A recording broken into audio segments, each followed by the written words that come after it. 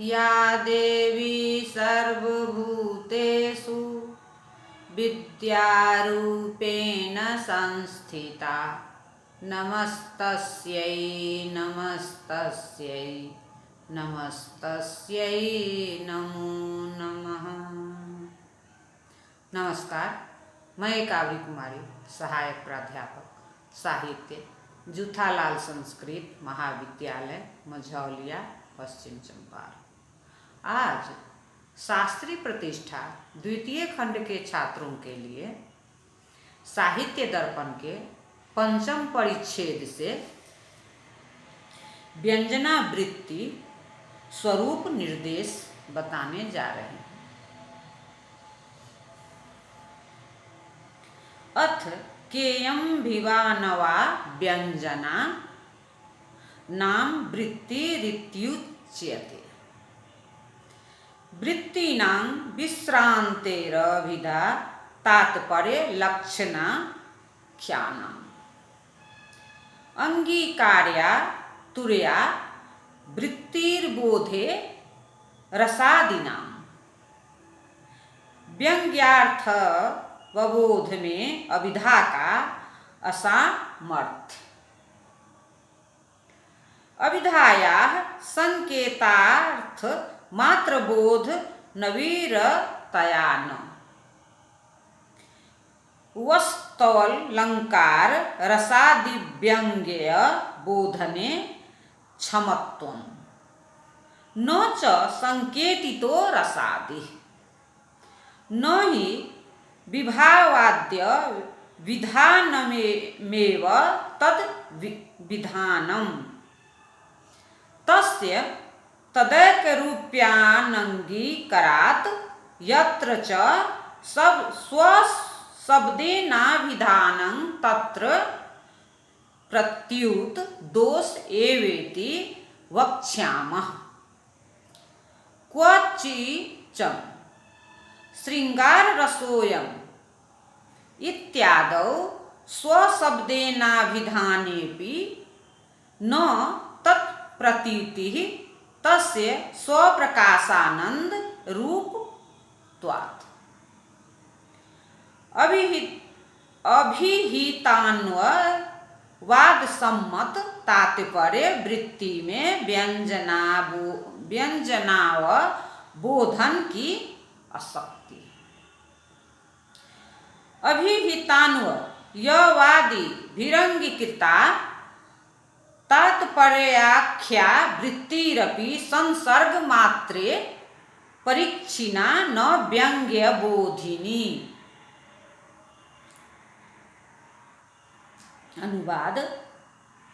अब यह बताना आवश्यक है कि यह व्यंजना नाम की नई अभिप्राय प्रकाशिका घृति क्या है, घृति क्या है और कैसी है, क्योंकि बिना व्यंजना विमर्श के व्यंग्य प्रधान और गुणीभूत व्यंग्य रूप से शब्दार्थ युगल का द्विविध काव्य प्रकाश में विभाजन क्यों कर संभव हो।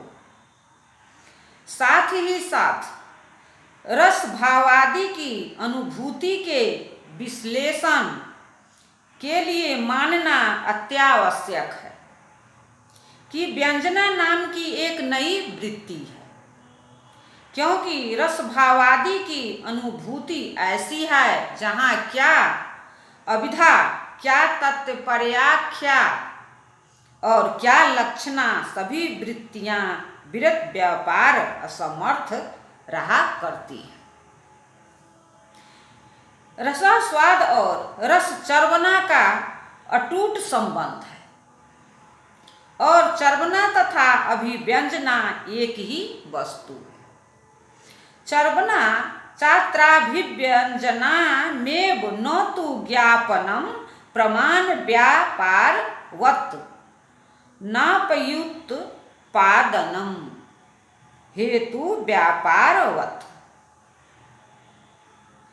विश्वनाथ कविराज ने यहाँ जो रस के लिए व्यंजना की अनिवार्य मान्यता पर जोर दिया है उसका अभिप्राय यही है कि रस रूप काव्य परमार्थ में न तो अभिधा का हाथ हो सकता है और न लक्षणा का और न तात्पर्य वृत्ति का ही, क्योंकि विभावादि का साधारणीकरण अभिधा लक्षणा और तात्पर्य वृत्ति के सामर्थ्य के परे की बात है। रचना रूप प्रतीति के अभ्युदय में व्यंजनात्मक ध्वन न व्यापार ही समर्थ है, क्योंकि इसी के सामाजिक का हृदय कभी समर्पित विषयों में तन्मय हुआ करता है, जिससे रसानुभव में पड़ सकने वाली विघ्न बाधाएं दूर हो जाती है और रस रूप काव्यार्थ का साक्षात्कार संभव हो जाता है। व्यंजना शक्ति कविता अथवा वस्तुतः कला सरस्वती की शक्ति है और इसी शक्ति में वह सामर्थ्य है जो महाकवियों की महिमा का प्रकाशन किया करती है। सरस्वती स्वादु तदर्थ वस्तु निस्यंदमाना महतां कवीना अलोक सामान्य भिव्यनक्ति परिस्फुरन्तं प्रतिभा विशेषं। अनुवाद: वस्तु अलंकार की वा रसाभावादि रूप व्यंग्यार्थ अवबोधन में अभिधा वृत्ति सर्वथा असमर्थ करती है, क्योंकि अभिधा का जो भी सामर्थ्य है वह एकमात्र सांकेतिक अर्थ के अवबोध में ही क्षीण हो जाया करता है। वस्तु अलंकार की वा रसभावादि रूप अभिव्यंग्य अर्थ कुछ इस प्रकार के अर्थ है जिन्हें शब्दों का संकेतित अर्थ कहना कदापि संभव नहीं। रसाभावादि रूप अर्थ को संकेतित अर्थ प्रकार तब कहा जा सकता था जबकि विभावादि रूप वाच्यार्थ की ही भांति रसभावादि रूप अर्थ भी वाच्यार्थ ही हुआ करता है, किंतु बात ऐसी है कि विभावादि रूप वाच्यार्थ और रसाभावादि रूप अभिप्राय एक रूप नहीं, अपितु परस्पर भिन्न रूप रहा करते हैं। रसभावादि वाचक पदों के द्वारा रति श्रृंगार आदि पदों के द्वारा रसभावादि का प्रतिपादन हो भी तो कैसे हो, क्योंकि यदि कहीं ऐसा किया भी जाए तो वह दोष ही होगा, गुण नहीं। रस भाव तो रस प्रकाशानंद रूप काव्य रहस्य है, इसे यह श्रृंगार रस है आदि पदों के प्रयोग से क्यों कर प्रतिपादित किया जा सके, क्योंकि समुचित रस योजना शून्य किसी शब्दार्थ संदर्भ के लिए यह श्रृंगार रस है आदि कहने से भी रति चर्वना आदि क्यों कर होने लगी। रसज्ञता का ही दूसरा नाम सहृदयता है। कवि प्रयुक्त शब्दों का नैसर्गिक चारुत्व उसका रसादि समर्पण सामर्थ्य ही है और कुछ नहीं। काव्य शब्दों का रसादि समर्पण सामर्थ्य उनका व्यंजकता व्यापार है, न कि अभिधान व्यापार। क्यों? इसलिए कि शब्दों का जो भी वाचक ताश्रित सौंदर्य है वह उनके अर्थ की दृष्टि से तो उनकी प्रसादमयता में समाप्त हो जाता है। रस के साथ शब्दों का वाचकाश्रित सौंदर्य वस्तुतः उनके व्यंजनाश्रित सौंदर्य में परिणत हो जाया करता है। अभिधा के अतिरिक्त व्यंजना तो माननी ही पड़ेगी, क्योंकि काव्य और रस का संबंध बिना व्यंजना के माने कदापि नहीं समझाया जा सकता। ध्वनिकार ने इसीलिए कहा है, यतश्च स्वाभिधान मंतरेण कबलेभ्योऽपि केवलेभ्योऽपि विभावादिभ्यो विशिष्टेभ्यो रसादीनां प्रतीतिः। केवलाश्च स्वाभिधानाद् प्रतीतिः तस्मादन्वय व्यतिरेकाभ्यां विधे सामर्थ्याक्षिप्तमेव रसादीनां न त्वमिधेयत्वं कथंचित्। अनुवाद, तात्पर्य वृत्ति भी जिसे अभिहितान्वयवादी महामीमांसकों के अनुयायी अलंकारिक माना करते हैं, व्यंग्यार्थ के अवबोधन में असमर्थ ही रहा करती है, क्योंकि तात्पर्य वृत्ति का जो भी व्यापार है वह एकमात्र संसर्ग अथवा वाक्य घटक पदों के परस्पर संबंध में ही समाप्त हो जाया करता है। शब्द का अभिधा व्यापार तो उसके सामान्य स्वरूप अर्थ के अवबोधन का व्यापार है, किंतु लोक यात्रा शब्द के सामान्य स्वरूप अर्थ से ही चला करती। उसके लिए तो उसके विशेष स्वरूप अर्थ का अवबोध अपेक्षित है, जो कि वाक्यगत पदों का अर्थ है और आकांक्षादि के कारण गुण प्रधान भाव में परस्पर संबद्ध अर्थ है, जिसके अवबोध के लिए तात्पर्य वृत्ति की मान्यता आवश्यक है। इस तात्पर्य वृत्ति का व्यंग्यार्थ से क्या संबंध, जबकि उसका व्यापार पदार्थों के परस्परान्वय मात्र में समाप्त हो जाया करता है और व्यंग्यार्थ परस्परान्वित अर्थ से सर्वथा विलक्षण अर्थ प्रकार लगा करता है। आचार्य अभिनव गुप्त ने स्पष्ट कहा है, अभिधा के दीर्घतर व्यापार में भी व्यंजना का अंतर्भाव असंभाव्य यच्च केचित् दाहुः सोऽयमीशोरीव दीर्घतरो भी धा व्यापारः इति यच्च धनिकेनोक्तम्। तात्पर्याव्यतिरेकाच्च व्यञ्जकत्वस्य न ध्वनिः यावत् कार्य प्रसारित्वा तात्पर्य न तुला धृतम् इति। तयोरुपरि शब्द बुद्धिर कर्मणा विरम्य व्यापाराभाव इति वादिभिरेव पातनीयो दण्डः एव च किमिति लक्षणाप्युपास्या दीर्घतराविधा व्यापारेणापि तदर्थबोध सिद्धेः। किमिति च ब्राह्मण पुत्रस्ते जातः कन्या ते गर्भिणी इत्यादावपि हर्षशोकादीनामपि न वाच्यत्वम्।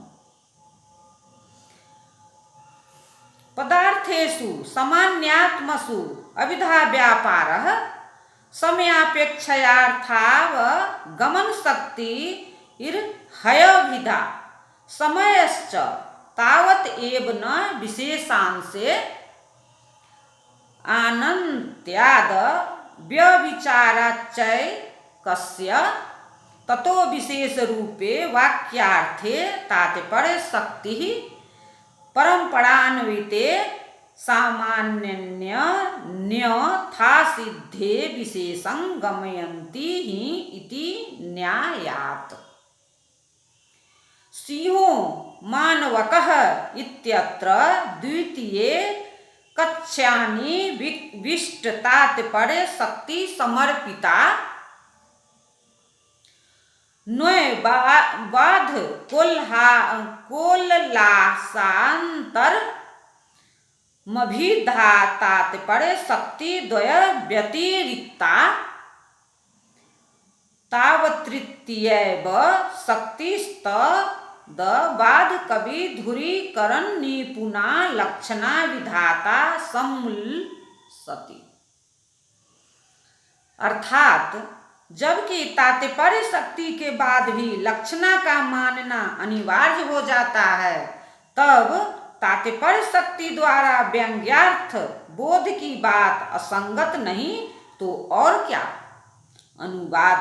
यहाँ कुछ अलंकारिकों का यह कहना है कि अभिधा वृत्ति को ही सर्वत्र संचरणशील शब्द शक्ति मान लेने पर व्यंजना की अतिरिक्त मान्यता आवश्यक हो जाती है, क्योंकि जब भी अभिधा का यह सिद्धांत है कि अभिधा व्यापार बाण के वेग रूप व्यापार की भांति अति दीर्घगामी व्यापार है, अर्थात जैसे किसी शक्तिशाली धनुर्धर द्वारा चलाया गया बाण क्या कवच भेद, क्या मर्म भेद और क्या प्राणनाश सब कुछ किया करता है, वैसे ही शब्द का सर्वत्र संचरणशील अभिधा व्यापार भी पदार्थ बोध, पद पदार्थ ससर्ग संसर्ग बोध यहाँ तक कि व्यंग्यार्थ बोध सब कुछ कर सकता है। तब व्यंजना का क्या उपयोग और क्या काम। इसी भांति 10 रूपकार आचार्य धनिक की यह मान्यता है कि जो भी ध्वनि अथवा व्यंग्यार्थ है उसके प्रत्यायन के लिए काव्य नाट्य की तात्पर्य वृत्ति की पर्याप्त है। बात वस्तुतः यह है कि जिसे व्यंजना वृत्ति कहा गया है वह तात्पर्य वृत्ति के अतिरिक्त और कोई वृत्ति नहीं, क्योंकि जब भी तात्पर्य वृत्ति के ही द्वारा संसर्ग बोध की व पर्यांतिक व्यंग्यार्थ बोध दोनों संभव हैं, तब तात्पर्य वृत्ति को संसर्ग बोध में भी नियंत्रित मानना सर्वथा निराधार ही है, किंतु प्रयुक्त दोनों मान्यताएं निरर्थक हैं।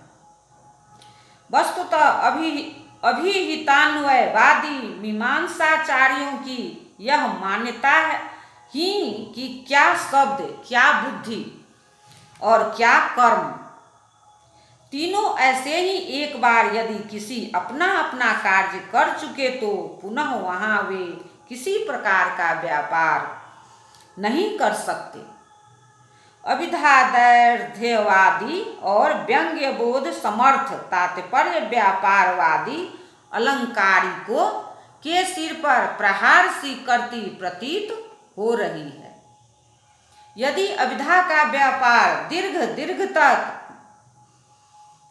व्यापार माना गया, तब ऐसा मानने वाले काव्याचार्यों को तो लक्षणा व्यापार मानना ही नहीं चाहिए, क्योंकि जो भी लक्षणा वृत्ति वेद अर्थ है वह सब तो दीर्घ व्यापार वती अभिधा द्वारा वेद्य सिद्ध हो गया।